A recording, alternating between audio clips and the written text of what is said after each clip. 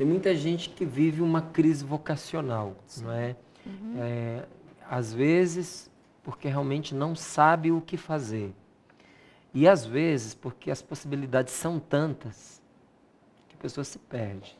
Eu, particularmente, assim, é apenas uma opinião, né? Então, você me perdoe se não gosta dessa opinião, mas eu acho uma covardia aos 17, 18 anos, 19 anos, a pessoa ter que decidir o que ela vai exercer como profissão quase que a vida inteira.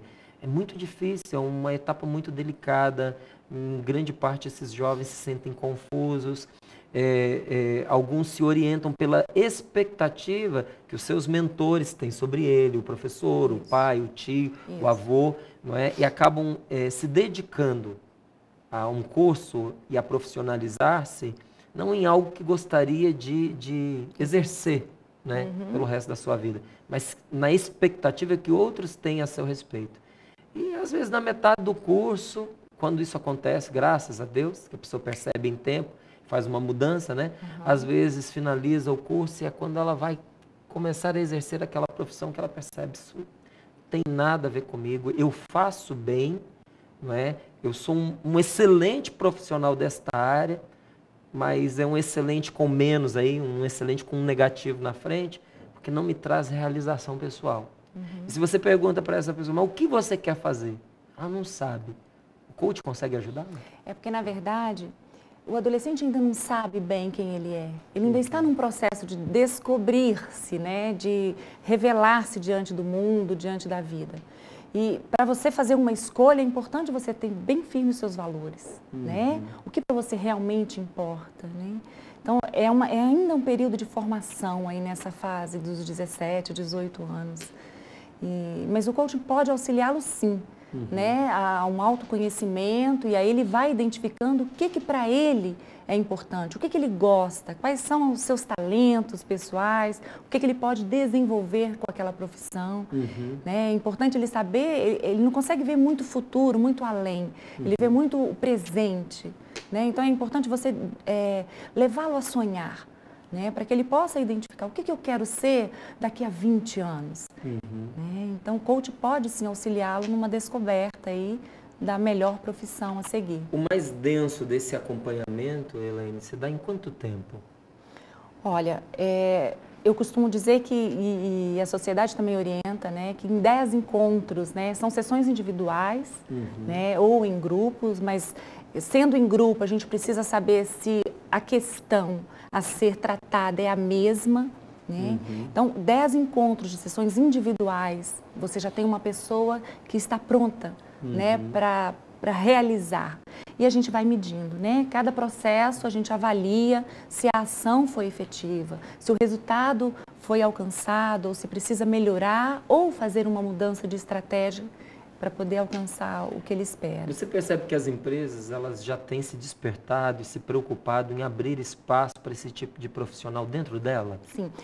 O Brasil hoje ele ainda está muito atrás.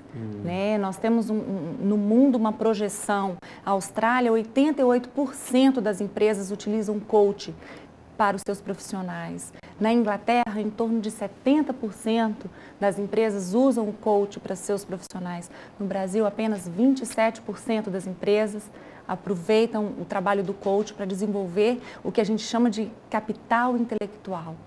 Né? Então, ainda estamos muito atrás, precisamos ainda, né, despertar para a importância mesmo do cuidado com o indivíduo, com a pessoa humana. Uma vez que o indivíduo ele já foi contratado, que ele já foi selecionado para um serviço, que ele já está dentro da empresa exercendo uma função, o que você considera a maior colaboração do coach em relação a esse mesmo indivíduo dentro da empresa? Ou qual é o momento de maior necessidade da presença do coach junto dele no seu percurso dentro da empresa? O coaching ele vai auxiliar. Se a pessoa já faz bem feito o seu trabalho, ele aumenta a performance. Isso se traduz em resultados positivos, né? Quer dizer o quê? Mais lucros. Né? Ele aumenta nesse profissional o comprometimento com a empresa, né? Fazendo com que a comunicação dele fique mais eficaz, né? Ele possa participar de uma reunião de uma forma mais ativa. Né? Ou se no caso a empresa percebe que há um conflito interno que precisa ser tratado entre equipes, né, ou entre pessoas da mesma equipe, aí sim o coaching ele é chamado para desenvolver. Quando um novo líder é promovido, ele precisa de um coach? Sim. Todo líder precisa de um coach, todo executivo precisa de um coach, né? A liderança, ela, apesar de ter muitos pontos fortes no indivíduo, ela também tem seus riscos. E o coach ajuda a modular alguns riscos que podem aparecer na liderança. Você disse que em 10 etapas, aí, 10 encontros, já se percebe a pessoa assim mais... Você já vê a mudança. Já vê, não é? Isso. Quais são as características? Quando o coach percebe que o seu cliente está pronto? É quando ele percebe os resultados positivos que ele já alcançou, né? É sempre feito um planejamento e ele vai sempre olhar a ação que ele está fazendo, se está sendo favorável, se já alcançou o resultado que ele esperava, né? O que ele precisa fazer mais, dar passos cada vez mais largos para alcançar o resultado que ele espera.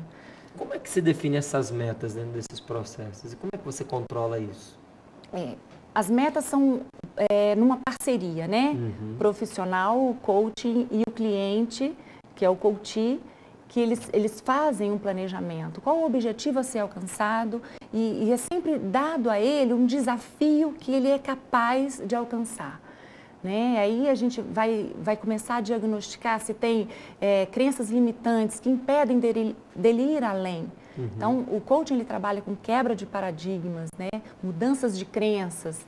E aí o indivíduo vai percebendo, olha, já consigo, posso mais. Né? O coaching ele sugere, né, algo para que ele possa ir além. Ele nunca direciona, mas a própria pessoa consegue avaliar. E a gente trabalha muito com quantificação.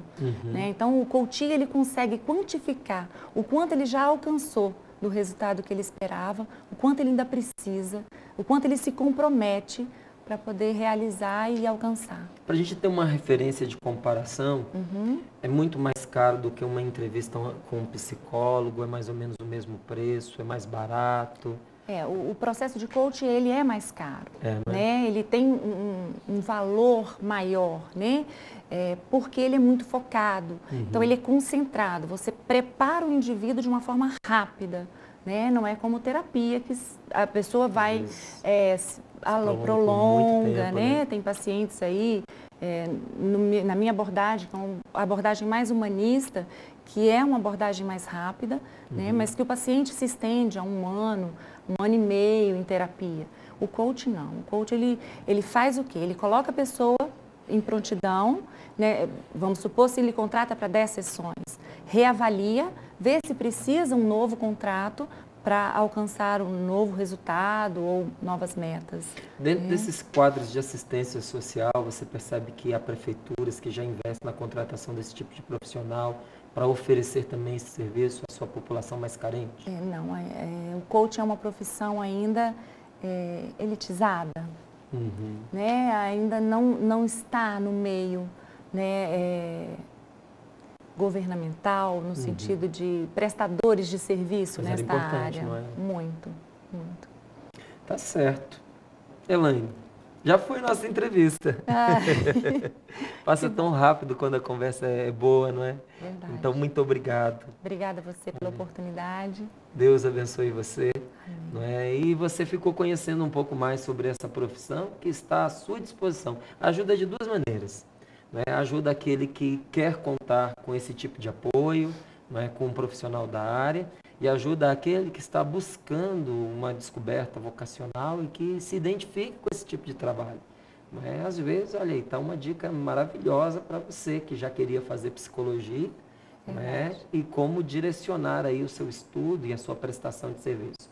Quero agradecer também não só a Elaine por ter estado aqui conosco, mas quero agradecer a sua audiência e mais uma vez colocar à sua disposição o nosso contato, nosso e-mail, não é? papoaberto@cançãonova.com. Ali você pode mandar as suas sugestões, as suas dúvidas, não é? As suas observações, é sempre muito bem-vindo seus comentários em relação aos nossos programas. E por meio também do nosso Twitter, @papoabertotv. Você pode também visitar a nossa página no Facebook e encontrar inúmeras entrevistas muito interessantes que já passaram aqui pelo programa. A página chama-se, difícil, hein? Papo Aberto. Fique com Deus, tenha uma boa noite e uma ótima semana para você, para toda a sua família.